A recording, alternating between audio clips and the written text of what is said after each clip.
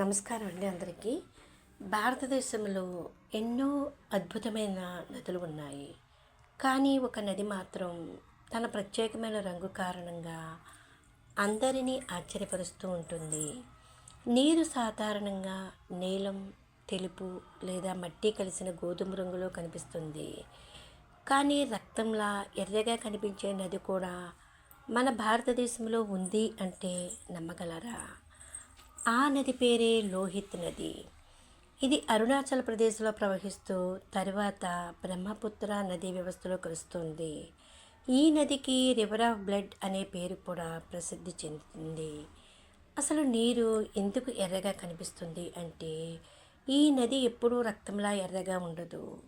ముఖ్యంగా భారీ వర్షాలు కురిసే సమయంలో కొండ ప్రాంతాల నుంచి పెద్ద మొత్తంలో మట్టి అవక్షేపాలు నదిలోకి చేరుతాయి.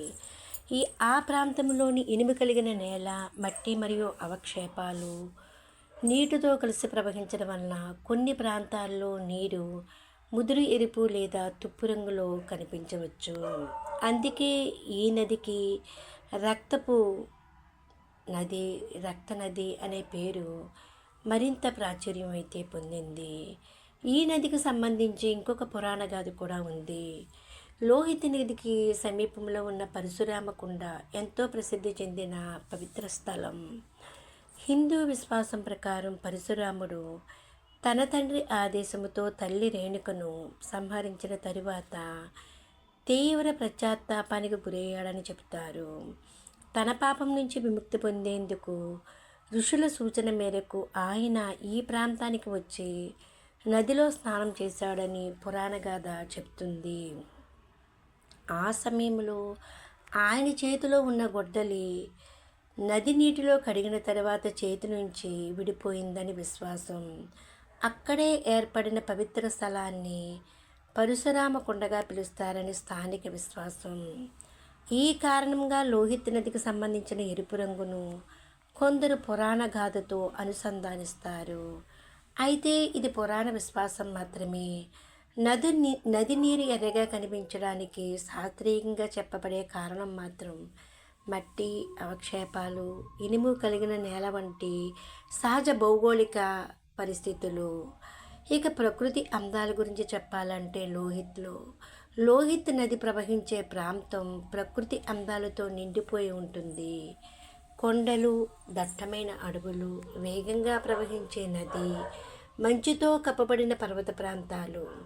ఈ ప్రాంతం ప్రకృతి ప్రేమికులను ఎంతగానో ఆకట్టుకుంటుంది. లోహిత్ జిల్లాలోని పరశురామ కొండకు ప్రతి సంవత్సరం ఎంతోమంది భక్తులు, పర్యాటకులు వస్తూ ఉంటారు. ముఖ్యంగా మకర సంక్రాంతి సమయంలో ఇక్కడ పెద్ద సంఖ్యలో భక్తులు పవిత్ర స్నానం కోసం చేరుకుంటారు.